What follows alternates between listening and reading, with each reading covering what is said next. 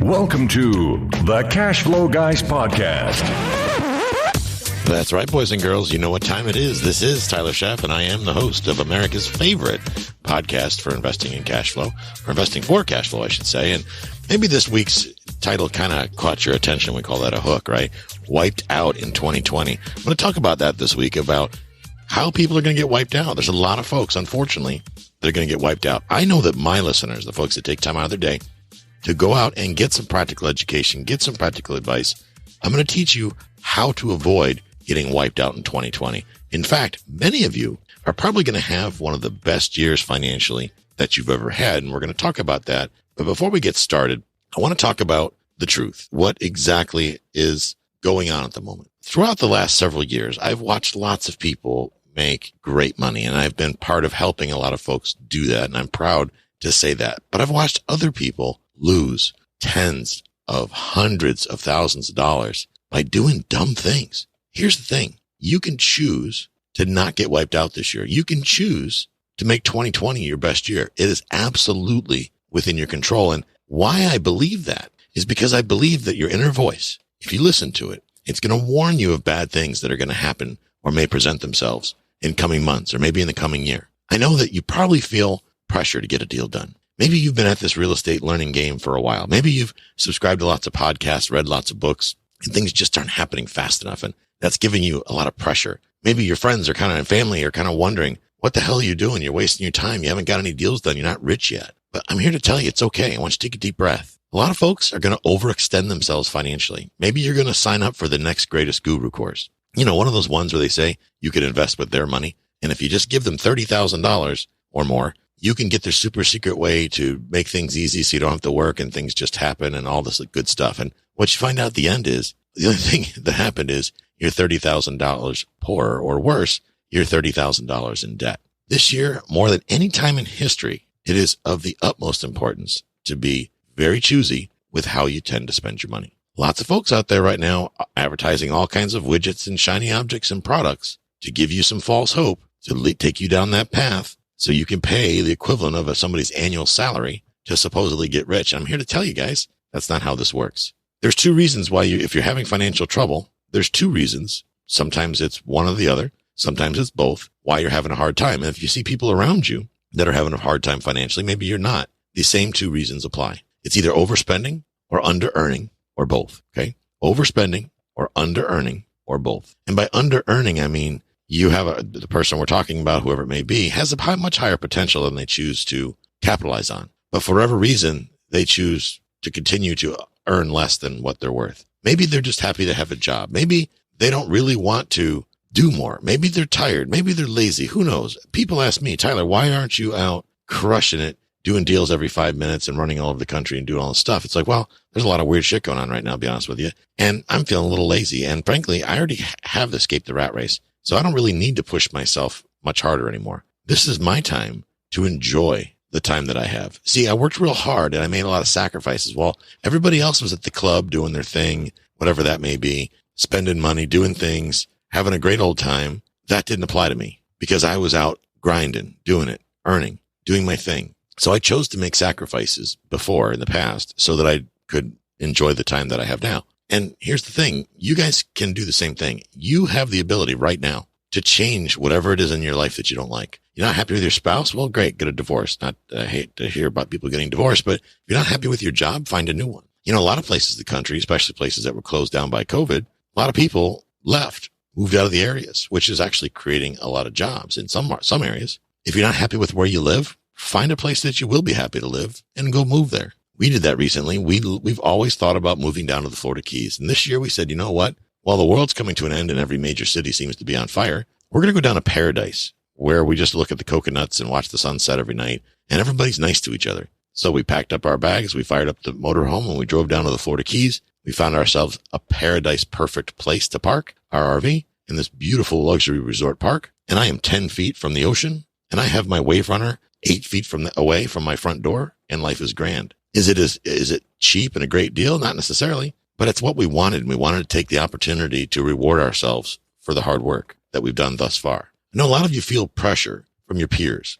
Maybe you go to the real estate clubs. Maybe you have pressure to not disappoint the wholesaler that just pitched you a deal, or somebody that maybe you're on their buyer's list and they keep sending you deals and they go, Jimmy, I've been sending you deals for a year now. You haven't done any. Or maybe that real estate agent or broker that you're working with, and they've showed you 15 duplexes and 4 houses and you haven't bought one yet. And you think to yourself, man, they're probably wondering if I'm ever going to do a deal. And frankly, maybe you're wondering if you're ever going to do a deal. Or maybe that seller that you went and talked to and you were excited, and maybe you were a little too excited, and maybe you dropped some innuendos that you were going to do something and now you haven't, and you feel bad about it. Maybe you're just overwhelmed by the thought of having to say no, or more importantly, having to ask more questions to get more facts, to get more data. This is not uncommon, guys and girls. Hate to tell you it's not. I've gone through this myself, where you want to be a people pleaser. You want to do what you believe to be the right thing. You want to take care of yourself, but at the same time, you don't want to disappoint anybody. I know how that feels. It's a terrible feeling. And what happens is you wind up doing something dumb, or something that you know better. Your inner voice is telling you that you shouldn't move forward with this deal. Or, there's just a couple questions you need to ask so you can get the answers to them. And for whatever reason, you don't ask the questions because you don't want to seem like you're a newbie. You don't want to sound dumb. You don't want to maybe wear them out, the seller or the broker or whoever. And maybe you just think that, hey, the pros don't ask all these questions. They just know. And I want to be like a pro. So I'm going to just go in and believe them and do the deal. And I hate to tell you guys, that's not how this works. Okay. Yeah, there are people that don't ask any questions and do deals, and those people are usually the ones that lose money. So if you want to fall in that camp, great. But here's the thing. Make no mistake and understand that there are more investors out there that do deals and lose money than there are that do deals and make money. But the thing is, you're never going to hear about people's failures. Not most people. Granted, this podcast, I've told you plenty of my failures. People aren't going to tell you what they've done wrong and where they've screwed up. Usually they're going to hide that. Everything's going to be rosy, just like Facebook. You ever notice how you get pictures of what you eat and all the great stuff, but they're not really posting the fact when they did something stupid, or they dropped a dish in their kitchen and shattered it and then stepped on the glass because they're not paying attention. Very rarely do people post that unless there's something funny. Maybe they'll post it then. But generally speaking, we don't advertise. We don't celebrate our failures. We only celebrate our successes. I get it. Trust me, I get it. Maybe it's that you just want to get accepted into that cool kids club at your local real estate club. And you know the one I'm talking about. There's that table where all the cool kids sit, just like when we were back in middle school. Those are all the cool kids. They're doing deals amongst each other and yada, yada, yada. Well, I got news for you. Yeah, I'm sure some of the people in the group are doing deals, but there's a few people in there that are full of crap too. Understand that. Hell, maybe the whole table's full of crap. Maybe they're bullshitting each other. You ever think about that? And maybe, just maybe, they're absolutely miserable and they're hanging out with each other so they can commiserate. Maybe they're all broke and they're lying to each other. Don't go do a bad deal or do a deal with somebody because you want to be accepted. I know that is a very powerful feeling, the feeling and the need to be accepted. But imagine how hurt you're going to be when you get to the other side and realize that you made a severe mistake and that you've lost money or you've done a bad deal. Maybe it's that you got fear of missing out. Maybe it's that you fear lowest interest rates are lower now than they've ever been. Maybe the bank approved you for a deal. Maybe you got this pre-approval burning a hole in your pocket. And you're like, man, if I don't do it now, then they're not going to approve me because the banks are going to stop loaning money. Or maybe they're going to disapprove me later. Or I'm so overextended. Eventually, I'm not going to be able to make my credit card payments and my credit's going to go down the toilet and I won't be able to get finance for this loan in 6 months. So I better buy now. Maybe it's because the hard money loan is easy to get. Maybe you've only got 5, 10, 20 grand, whatever it may be, 30 grand, 50 grand sitting around. Maybe it's in an IRA, or maybe you just opened up a self-directed IRA and you feel pressure to move that money to get it going. And the hard money lender and you together can go do a deal. So you do a deal just because the opportunity exists. Not because it's a good deal, but because the opportunity exists. I know that feeling, boys and girls. I know that feeling. I've had it myself. Frankly, I've done deals for those very same reasons. Every one of those deals wound up not being ideal and I wound up losing money. Yeah, of course I've lost money on deals. If I didn't lose money on deals, I don't think I'd be human. You're going to make mistakes. You're going to lose money. The good news is I've learned from those mistakes. Those mistakes were many, many years ago. I've paid my dues and I've moved past it. You see, I've invested through a recession already. I've already made it through a housing crisis. This is my second one. So I already know how things are going to play out, or at least I have a good idea how things are going to play out. I have a reasonable expectation of the future of what's going to happen. I know that at some point the banks are going to get tired of loaning money. And frankly, in some markets, that's already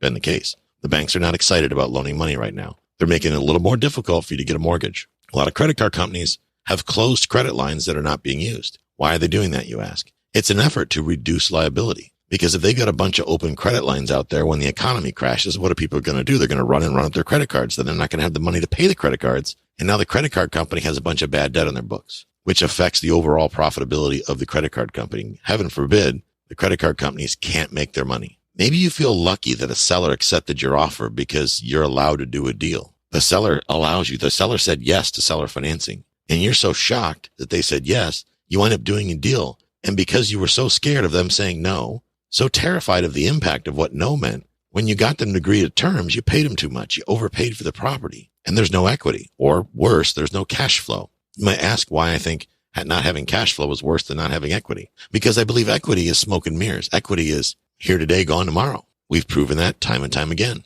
What matters, boys and girls, if you're investing for cash flow, is the cash flow. Not that the equity doesn't matter, but it is definitely secondary. It should always be secondary. If you're flipping a house, you darn sure better be thinking of the cash flow that's going out. How much money is it costing you? What are the holding costs? Because if you think you're going to get the thing done in a month or two, you're probably wrong. It's going to take at least 3, in some cases 6, and God forbid, longer than that. I know people that have had flips for years and not finished them. Imagine the holding cost on a hard money loan when you hung on to some crappy house for a year. And if it's down south, you've had the power on to keep the air conditioning on so it doesn't turn into a moldy mess. And the hard money lender, of course, is collecting interest the whole time, as they well should. So you're making them rich, but it's not helping you at all. If anything that I've said thus far in this episode in the last 14 minutes applies to you, I ask you to simply stop and understand this. Wholesalers, realtors, sellers, they lie about needed repairs. A lot of times they can't see behind walls. And even if they're not lying, they don't even know about the repairs that are needed. I'm here to tell you, realtors know nothing about construction, nothing about home repairs, and frankly, neither do most wholesalers. In a lot of cases, the sellers don't know. So either they don't know or they're full of poo-poo. But the bottom line is, if you're not doing things like getting home inspections, you're not going to know either. And then you're going to buy a piece of crap. So how do you avoid that? You get a home inspection. I don't care if you're flipping the house, buying it as a rental, or buying it to move into. You get a home inspection, guys. Wholesalers, realtors, and sellers, well, what do? They lie about the current rents they're getting. That's why, to protect yourself, if you're going to buy a rental property, you're going to wholesale a rental property, if any of the above, do your buyer a solid and get an estoppel letter signed by the tenants that dictates how much of a deposit they've put down and how much their monthly rent is. I don't care if the seller gives you leases. I have done deals where the seller has given us bogus leases. They've changed the rent amounts, thinking I would never verify and not find out until after closing, then it'd be too late. So you have an attorney, have your attorney. That's what I do. I call Sean Yuzner and say, Sean, address 123 Anywhere Street. I need an estoppel letter for this property. He prepares the estoppel letter. We send it over. We have send it to the tenants, have the tenants sign it. Of course, the seller knows it's coming. They sign it and we're good to deal. We're good to go. Wholesalers, brokers, sellers, they lie about ARV. You know, Ron LeGrand's little famous 3 letters, after repair value. Or maybe they just don't have any idea how to compute it. No clue whatsoever. Boys and girls, realtors are not trained on anything that has to do with real estate mathematics. I hate to tell you.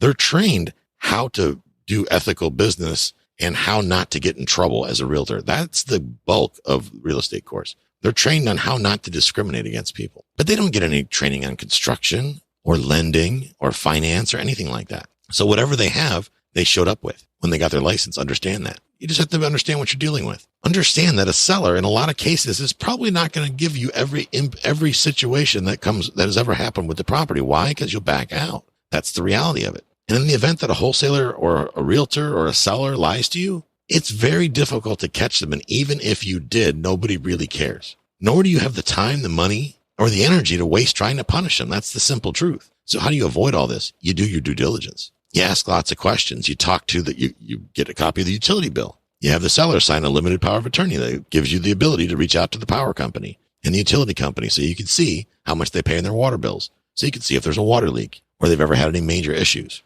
You do a permit search and make sure all the permits are closed. These are basic things, guys, that's going to keep you from getting wiped out. Basic things. Understand that your inner voice is likely speaking to you when things are not as they seem.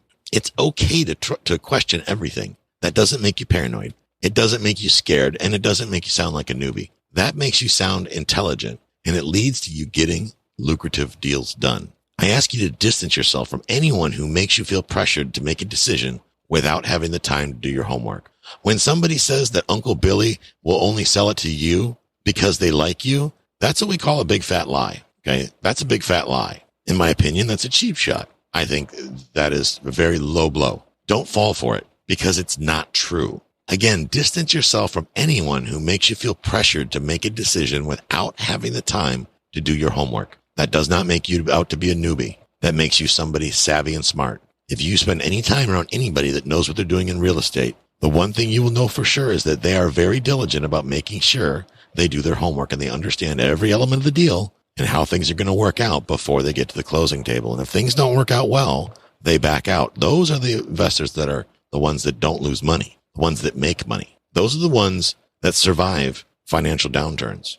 Understand this, guys and girls. We are in unprecedented times. The banks are going to start pulling back funding soon. And in some cases, they already have, as I said earlier. That's what we call a clue. Soon, it's going to be more difficult to borrow money from a bank if it's not already in your market. Chase Bank, for example, has put in, I believe it's a 20% down payment, minimum down payment requirement because they can see the writing on the wall that we're going to have another correction. We're going to have a downturn. That's a signal that market prices are likely to fall. Why? Because if people can't borrow money to buy real estate, people aren't going to buy as much real estate, which means sellers are going to get more desperate and prices are going to go down. When are the prices going to go down? Nobody really knows for sure.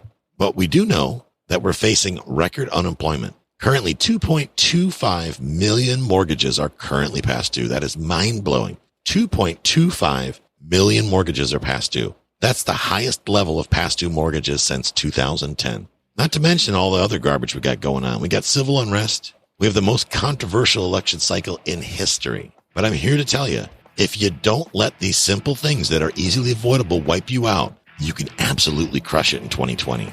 These are exciting times if you're thinking about it properly.